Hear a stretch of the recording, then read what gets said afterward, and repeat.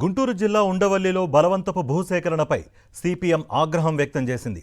రాజధాని ప్రాంతంలో భూములు ఇవ్వలేదన్న కారణంతో ఉండవల్లి గ్రామ రైతుల భూముల్లో అధికారులు బలవంతంగా రోడ్లు వేసి పంటను ధ్వంసం చేశారని సిపిఎం రాష్ట్ర కార్యవర్గ సభ్యులు సిహెచ్ బాబురావు ఆరోపించారు.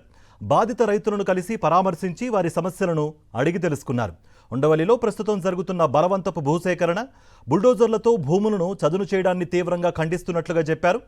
కోర్టులో ఈ అంశంపై వివాదం కొనసాగుతూనే ఉండగా ఎలాంటి నోటీసులు ఇవ్వకుండా రైతుల భూముల్లోకి యంత్రాలను దింపి స్వాధీనం చేసుకోవడం పూర్తిగా అన్యాయం అన్నారు.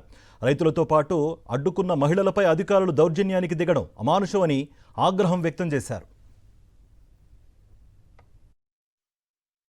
రైతులతో సామరస్యంగా చర్చలు జరిపి ప్రస్తుతం ఉన్నటువంటి మార్కెట్ విలువను కూడా పరిగణలో దృష్టిలో పెట్టుకుని రైతులకి న్యాయం చేయాల్సిన బాధ్యత ప్రభుత్వం మీద ఉంటే అవేమీ లేకుండా 6 కోట్లు 7 కోట్ల రూపాయల విలువైనటువంటి భూముల్ని 1,20,00,000 73 లక్షలని ఎంత రిజిస్ట్రేషన్ వాల్యూ ఉందో తెలియకుండా మొత్తం మీద 2.5 కోట్లకి అవార్డు పాస్ చేసి ఆగ మేఘాల మీద అవార్డు పాస్ చేయటం, నోటీసులు జారీ చేయటం, చెక్కులు తయారు చేయటం, బుల్డోజర్లతో పనులు ప్రారంభించడం.